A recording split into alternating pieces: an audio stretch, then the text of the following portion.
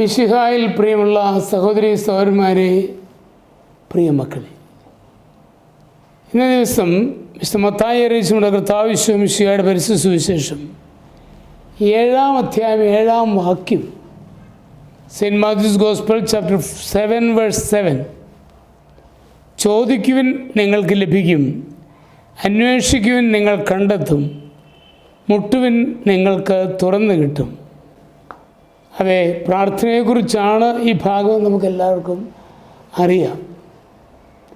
വളരെയേറെ പ്രതീക്ഷയോടുകൂടി തൻ്റെ ഓമന മകന് ഒരു കല്യാണം നടക്കുവാൻ വേണ്ടി, നല്ലൊരു ജീവിത പങ്കാളിയെ കിട്ടുവാൻ വേണ്ടി ദീർഘനാൾ പ്രാർത്ഥിച്ചു, ജപമാല ചൊല്ലി.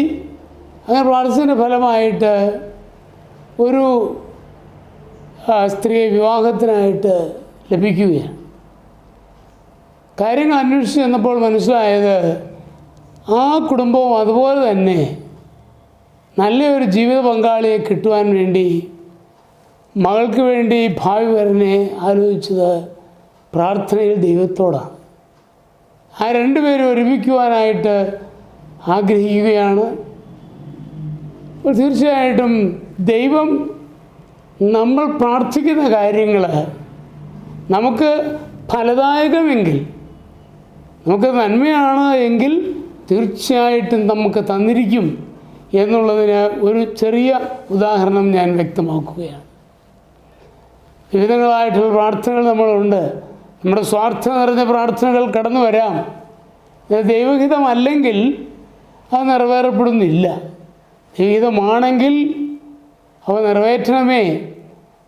ഈശോ പ്രാർത്ഥിച്ചതുപോലെ എൻ്റെ ഹിതമല്ല അങ്ങയുടെ ഹിതം നിറവേറട്ടെ എന്ന് പറഞ്ഞതുപോലെ നമുക്ക് എല്ലാ പ്രാർത്ഥനകളോടും ചേർത്ത് ആ മനോഭാവമുണ്ടെങ്കിൽ നമ്മുടെ എല്ലാ പ്രാർത്ഥനകളും ദൈവം കേൾക്കും.